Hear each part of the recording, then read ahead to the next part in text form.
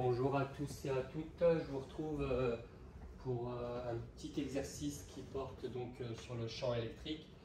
Je vous invite à regarder au niveau du premier commentaire, j'ai mis le sujet de l'exercice qu'on va traiter ensemble. Alors la situation physique s'intéresse donc à un électron, à particule chargée électriquement, d'ailleurs chargée électriquement négatif. Donc le sujet évoque un électron qui entre entre les deux armatures planes d'un condensateur. Donc à l'intérieur, entre les deux plaques chargées du condensateur plan, il règne un champ électrique uniforme. Donc c'est pas précisé, mais c'est sous-entendu qu'il y règne un champ électrique uniforme, E égale 2,0 kV par mètre. Il est aussi donné la masse de l'électron. L'électron entre dans cette zone où règne un champ électrique uniforme E. Cet électron entre avec une certaine vitesse initiale qui est donnée, 2 fois 10 puissance 3 mètres par seconde.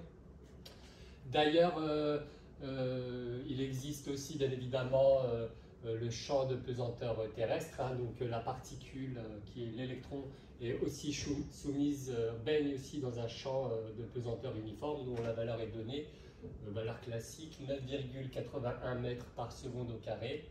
Et enfin, il est donné aussi la valeur de la charge électrique élémentaire, donc en valeur absolue bien évidemment la charge électrique élémentaire, 1,6 fois 10 puissance moins 19 coulombs. Mais là, étant donné qu'il s'agit d'un électron, il faudra faire attention.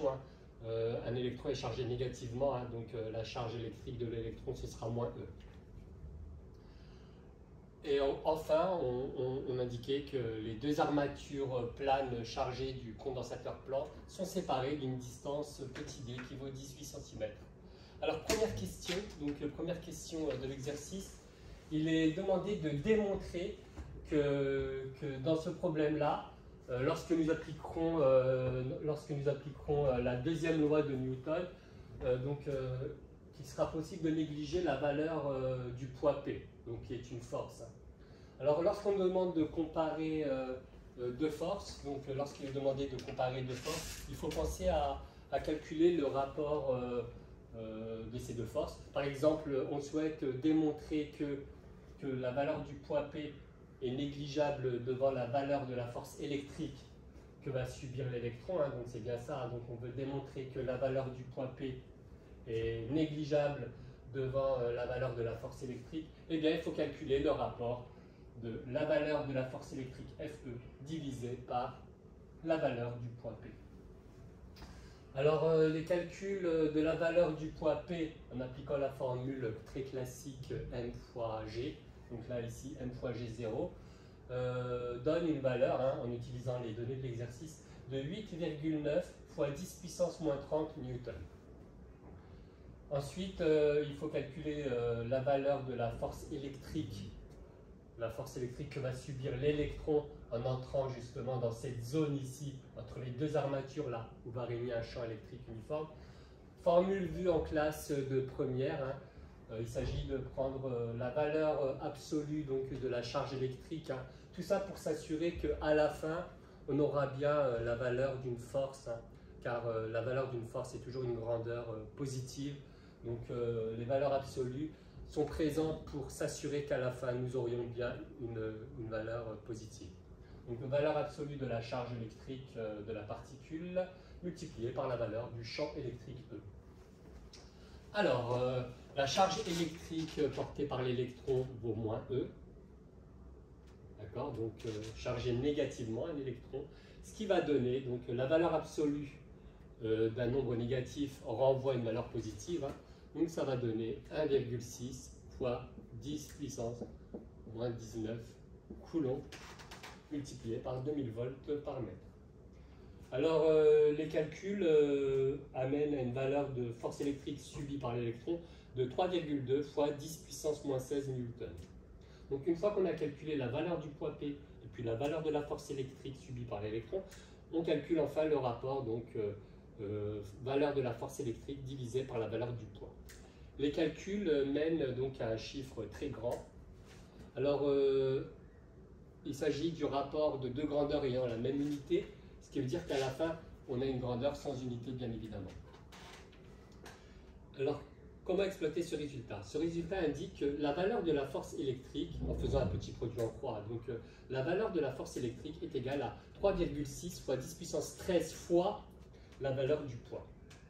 Donc, cela signifie que la valeur de la force électrique est largement plus grande que la valeur du poids.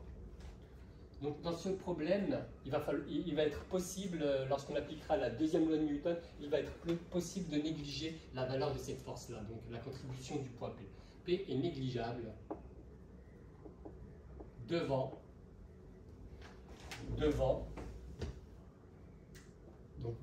la valeur de la force électrique Fe. Alors, lors de la deuxième question de cet exercice, il était indiqué deux choses. Donc, il était indiqué de représenter sur ce schéma, il était demandé de représenter entre les deux armatures du condensateur plan, de dessiner un représentant du champ électrique qu'il règne justement entre les deux armatures du condensateur plan. Alors, comment faire pour répondre à cette question? Alors, il y a deux méthodes différentes qui sont possibles. La première manière de raisonner, c'est de se dire que l'électron, en entrant à l'intérieur du condensateur plan, l'électron se dirige de la gauche vers la droite.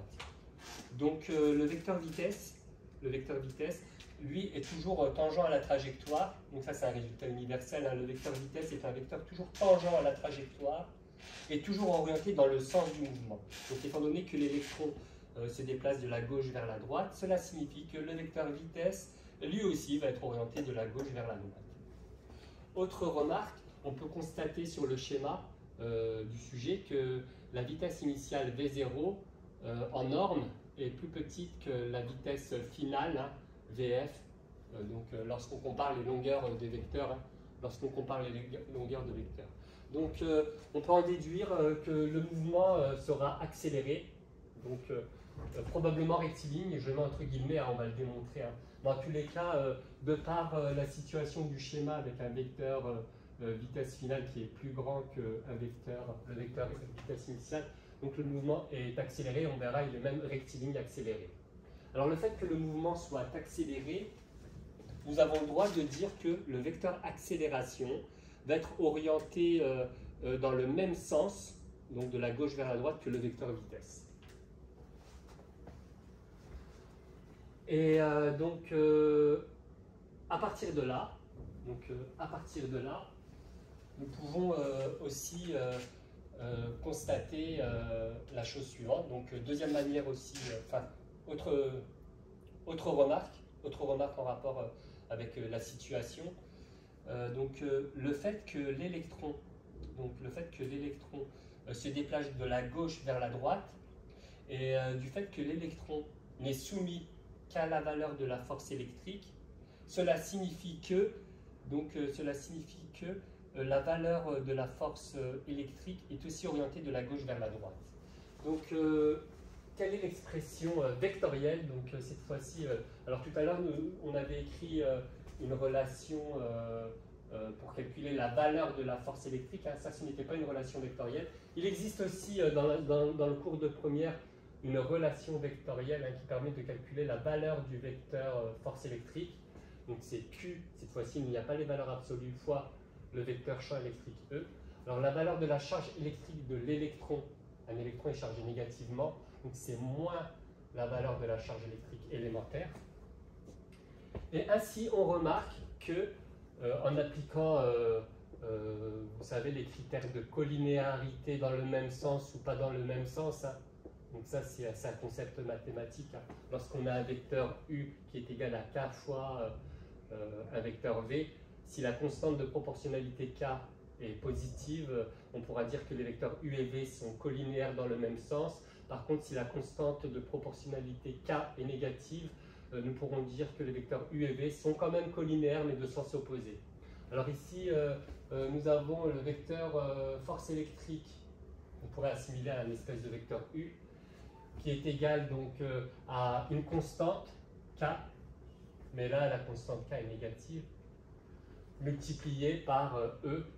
Donc le vecteur E, hein, on pourrait assimiler ça au vecteur V, hein, de la relation mathématique très connue. Donc là, on a une constante de proportionnalité négative entre le vecteur force électrique et le vecteur champ électrique E. Ainsi, nous avons le droit de dire que le vecteur champ électrique E et le vecteur force électrique FE sont collinéaires et de sens opposé.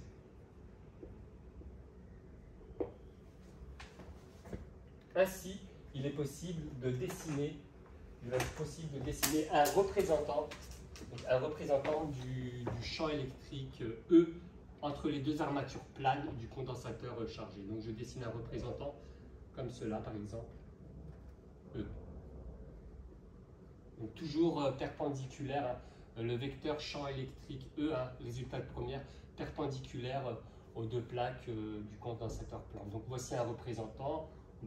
Alors il y en a tout partout, hein, je vais peut-être en dessiner un identique, donc uniforme, hein, un champ électrique uniforme, donc tout partout le même vecteur.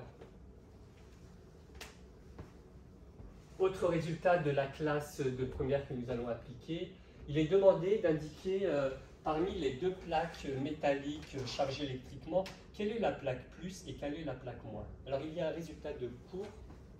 Le vecteur champ électrique E est toujours orienté de la plaque plus vers la plaque moins. Ainsi, étant donné que le vecteur champ électrique E est orienté de la droite vers la gauche, ça signifie que la plaque plus est celle-ci. Donc l'armature de droite est une plaque métallique chargée positivement, tandis que la plaque de gauche est chargée négativement. Donc nous avons bien ainsi un vecteur champ électrique E qui est orienté donc de la droite vers la gauche. Alors il y avait aussi, on peut remarquer une chose qui est cohérente. L'électron est une particule chargée électriquement, donc négativement. Donc si l'électron s'est dirigé vers la droite, cela signifie que cette plaque-là a dû attirer l'électron. Donc cette plaque-là est forcément chargée positivement. Donc là, je suis en train d'illustrer la deuxième manière de raisonner. Donc cette plaque-là, on pouvait prévoir à l'avance qu'elle était chargée positivement, car elle a attiré l'électron qui est chargé négativement pour que l'électron se déplace de la gauche vers la droite. Donc une fois qu'on a trouvé que la plaque de droite était chargée positivement, on aurait pu en déduire que la plaque de gauche est chargée négativement. Et ensuite, en appliquant le théorème de cours, le résultat de cours de classe de première, comme quoi le vecteur champ électrique E est un vecteur toujours orienté du plus vers le moins. Donc on aurait pu en déduire le sens et la direction du champ électrique E. Alors question numéro 3.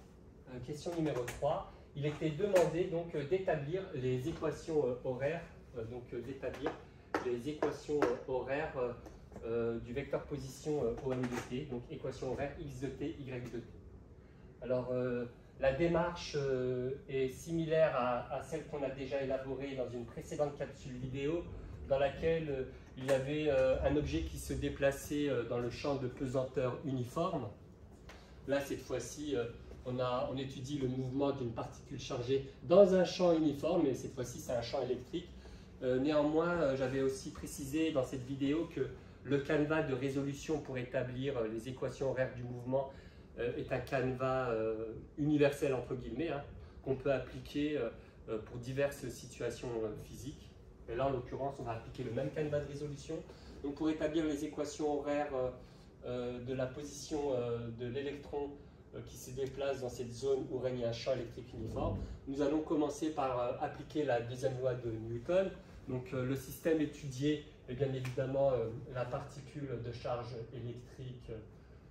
Donc il s'agit de l'électron, hein, avec ses caractéristiques qui sont données, hein, sa charge électrique négative et puis sa masse constante.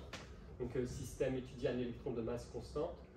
Le référentiel d'étude, eh c'est le référentiel terrestre supposé galiléen.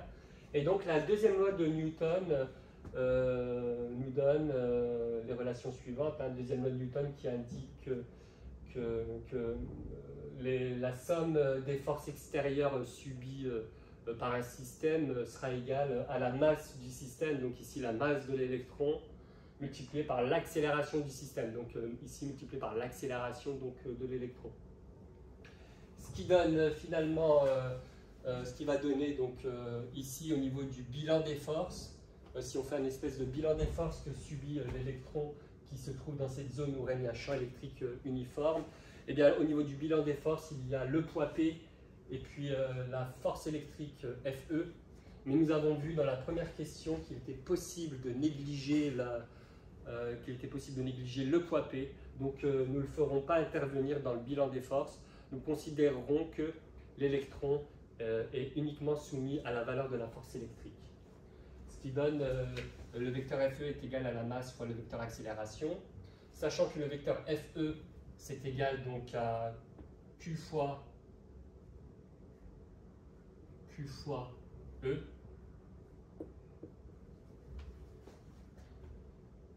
Et ce qui va donner, en développant, étant donné que la valeur de la charge électrique Q, pour un électron, ce n'est pas plus E, mais moins E, donc moins E fois E, et ainsi nous obtenons l'expression donc du vecteur accélération en passant le M de l'autre côté. Ça nous donne moins E sur petit m multiplié par le vecteur champ électrique E. Donc attention, ici, petit piège qu'on retrouve souvent dans les copies, la charge électrique d'un électron, Q vaut moins E. Alors, une fois qu'on a obtenu une expression du vecteur accélération, oui d'ailleurs c'était au niveau de la question 3, alors au niveau de la question 3 on nous demandait tout d'abord une expression du vecteur accélération, et c'était uniquement au niveau de la question 4 qu'on nous demandait d'établir les équations horaires du vecteur position M de T1, équation horaire X de T, Y de T. Donc on a vu au niveau de la méthodologie, lorsqu'on souhaite établir des équations horaires concernant l'étude d'un mouvement, il fallait commencer par préciser et poser et mettre à plat les conditions initiales, c'est-à-dire à la date t égale à 0 secondes, par rapport à la situation physique. Donc pas au niveau des équations horaires, hein. Tout d'abord par rapport à la situation physique. Et il y a deux conditions initiales à mettre à plat avant de commencer l'étude et avant de commencer la méthodologie consistant à établir les équations horaires. Alors, que disent les conditions initiales de la situation physique pour la position de l'électron, donc à la date t égale à 0 secondes. Donc, à la date t égale à 0 secondes, l'électron se situe au niveau de l'origine du repère OX. Alors, il n'était pas dessiné l'axe OY, hein, ça doit être une initiative d'élève hein, qui doit représenter l'axe OY. Donc, OX, OY, l'électron se trouve à l'origine du repère. Donc, les coordonnées x0 et y0 du vecteur position à la date t égale à 0 secondes valent 0.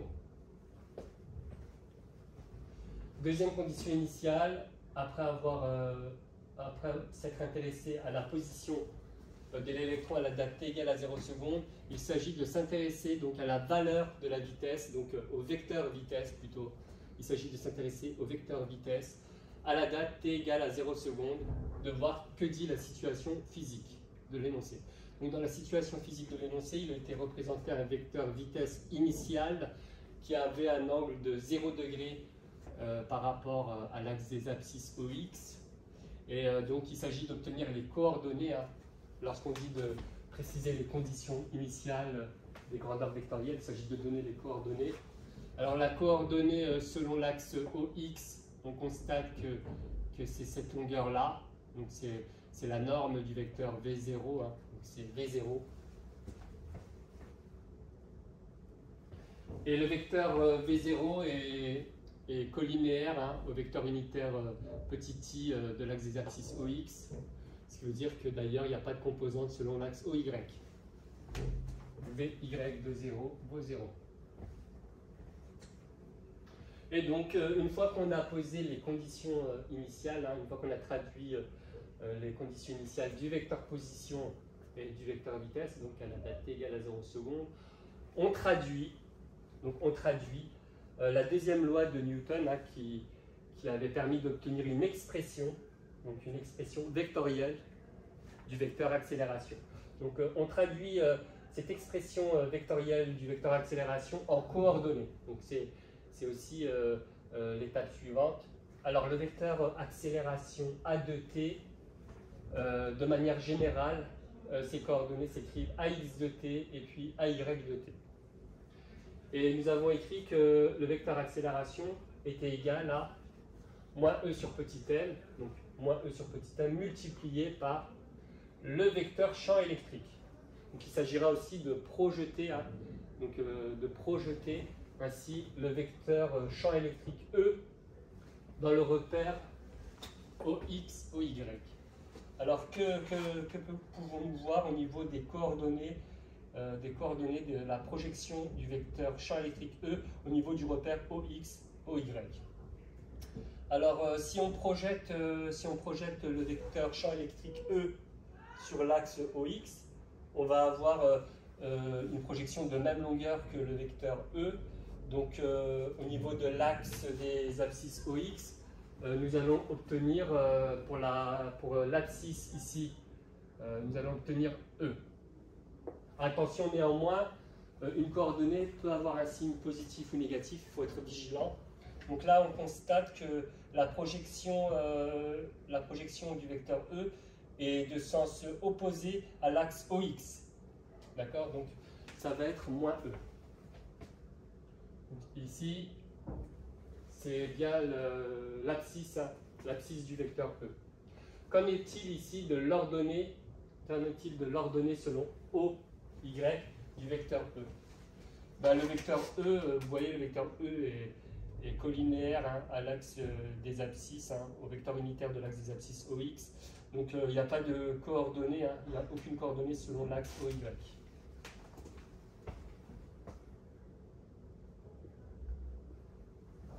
Alors, il est possible de projeter uniquement des vecteurs. Nous n'avons pas projeté moins E sur M, bien évidemment, il s'agit d'un scalaire. Alors, ça donne quoi finalement? Pour AX de t, il suffit de lire AX de t est égal, donc AX de t est égal moins E sur M, moins E sur petit m, multiplié par moins E. Et puis AY de t égale moins E sur M fois 0. Fois 0. Ce qui va donner par ailleurs, donc moins E sur M fois 0, ça va donner 0. Et puis ici, moins E sur M fois moins E, ça va donner donc ici, je vais peut-être le noter en dessous, je vais rajouter ici des plus. Donc j'ai rajouté des plus. Donc moins E sur M fois moins E, moins fois moins ça fait plus. Donc nous allons nous retrouver avec une expression qui va être E sur M fois plus E. Alors je vais encadrer donc ces équations horaires, je vais encadrer en rouge ces équations horaires sur le vecteur accélération. Donc, alors une fois qu'on a obtenu les équations horaires du vecteur accélération, il s'agit d'en déduire donc les coordonnées du vecteur vitesse, autrement dit les équations horaires du vecteur vitesse. Alors c'est la même méthodologie, il s'agit de retrouver les primitives pour avoir Vx de t, où il faut chercher la primitive ou une primitive de Ax de t. Alors E est une constante, petit m est une constante, ne variant pas dans le temps. Grand E, il s'agit d'un champ électrique uniforme, c'est une constante. Donc toute cette quantité-là va jouer le rôle d'une constante. Et la primitive d'une constante est une fonction affine que je note ici, avec un coefficient directeur, justement, fonction affine, où le coefficient directeur est égal à cette constante. Et il y a une constante d'intégration qui apparaît, une constante d'intégration en rapport avec la vitesse, donc plus constante 1. Alors, deuxième équation horaire à trouver pour la vitesse, c'est Vy de t, qui est la primitive de la coordonnée AY de t, qui vaut 0. Et une primitive de 0, c'est une constante, donc ce sera une constante numéro 2. Dans la méthodologie, il s'agit ensuite de déterminer les expressions de la constante, enfin de manière plus globale. Dans la méthodologie, il s'agit de déterminer les expressions des constantes d'intégration. Et là, tout dépend à quel stade du raisonnement nous nous trouvons. Là, il s'agit de constantes d'intégration. Donc là, il s'agit de constantes d'intégration qui sont apparues lors de la recherche des coordonnées du vecteur vitesse. Donc il s'agira de s'intéresser au niveau des conditions initiales. Alors, la condition initiale sur la vitesse, vu que nous en sommes au stade de l'établissement des équations horaires sur la vitesse. Au niveau de la méthodologie, il s'agit dans un premier temps d'exprimer le vecteur vitesse à la date t égale à 0 secondes au niveau des équations horaires, de voir ce que ça donne, et de confronter cela à la situation physique. Donc, alors au niveau des équations horaires, que donne l'expression du vecteur vitesse à la date t égale à 0 secondes. Donc il s'agit de remplacer le paramètre t par 0. Donc là, pour Vx de 0, on trouve constante 1. Et pour Vy de 0, nous avons constante 2. Alors une fois que nous nous sommes placés à la date t égale à 0 secondes au niveau des équations horaires, il s'agit de s'intéresser cette fois-ci donc à la situation physique réelle. Que nous dit la situation physique pour le vecteur vitesse à la date t égale à 0 secondes? Eh bien c'est ce qui a été représenté sur le schéma par le vecteur V0, dont Vx de 0 va aller.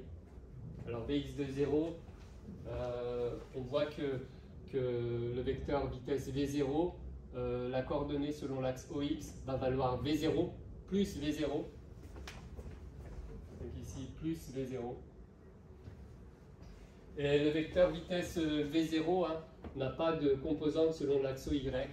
Donc Vy de 0 vaut 0. Par identification, nous avons le vecteur vitesse à la date t égale à 0 secondes, premièrement exprimé à travers les équations horaires, et deuxièmement exprimé à travers la situation physique, mais ces deux grandeurs doivent s'identifier, et donc nous pouvons dire que constante 1 vaut plus V0, donc V0, et la constante 2 vaut 0. Ainsi, nous allons écrire les équations horaires définitives de la vitesse. Ça va nous donner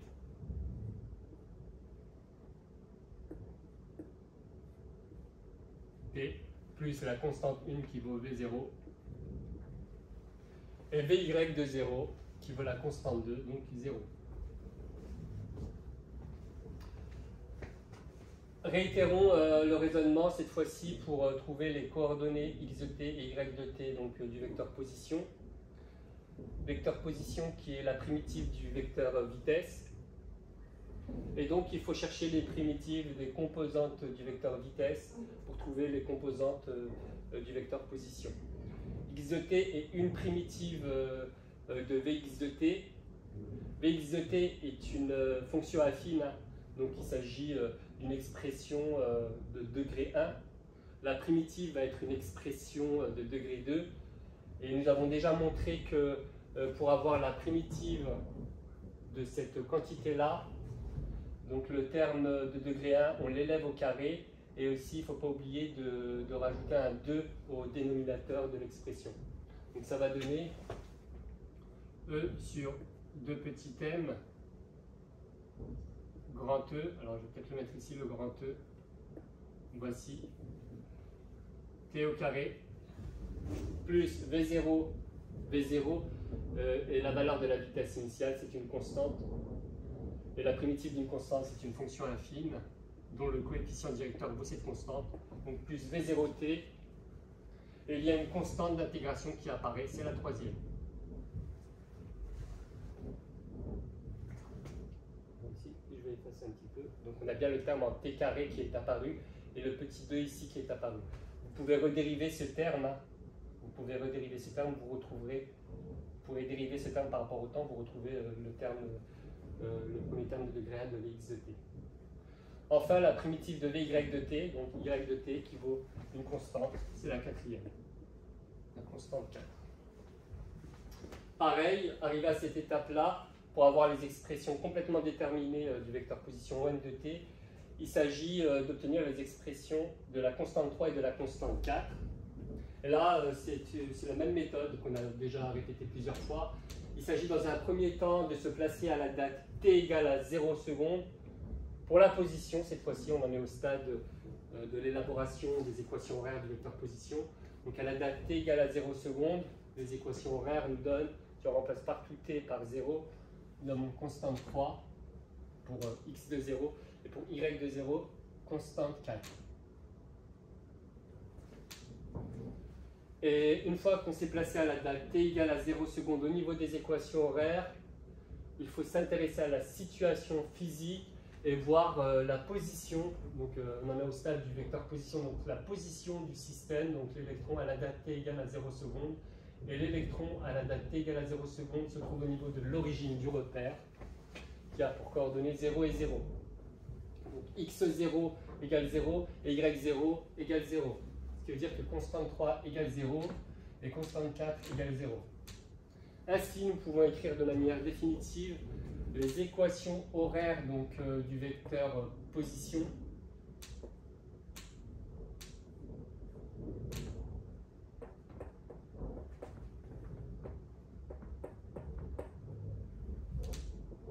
Que je vais encadrer en rouge.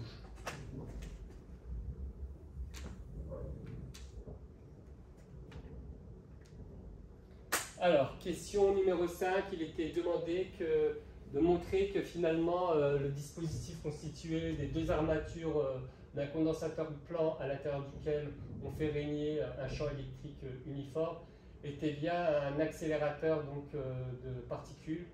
Donc, était bien un accélérateur linéaire de particules, linéaire. Donc effectivement, on constate qu'au niveau du vecteur position, y de t vaut 0. Ce qui signifie que la particule n'a pas de mouvement selon l'axe OY, donc la particule va bien avoir un mouvement rectiligne uniquement selon l'axe OX. Donc on a bien un mouvement rectiligne, et pour indiquer qu'on a un mouvement rectiligne uniformément accéléré, donc pour dire qu'on a un mouvement rectiligne uniformément accéléré, il s'agit de s'intéresser donc à l'expression du vecteur accélération. Donc le vecteur accélération est-il un vecteur constant? Alors petit e est constant. Alors analysons l'expression que nous avions établie pour le vecteur accélération. Donc moins e sur petit n, tout cela c'est une constante. D'accord, c'est une constante. Le vecteur champ électrique E est-il un vecteur qui va dépendre du temps? Non, c'est un champ électrique uniforme. Donc le vecteur E est aussi une constante, ce qui veut dire que le vecteur accélération entre les deux armatures du condensateur plan va être un vecteur qui ne va pas dépendre du temps, va être un vecteur constant. Un vecteur constant qui est dans le même sens, donc il s'agit d'un vecteur constant, donc ça va être uniformément accéléré. Alors accéléré parce que le vecteur accélération et le vecteur vitesse sont dans le même sens. Enfin, question numéro 6, il était demandé de calculer donc si à la date t égale à 0 secondes, l'électron entre dans cette zone où règne un champ électrique uniforme, à quelle date TS, donc la date de sortie, je vais la noter TS, à quelle date va-t-il sortir donc de cette zone où règne un champ électrique uniforme? Alors pour cela, il s'agit de se dire la chose suivante.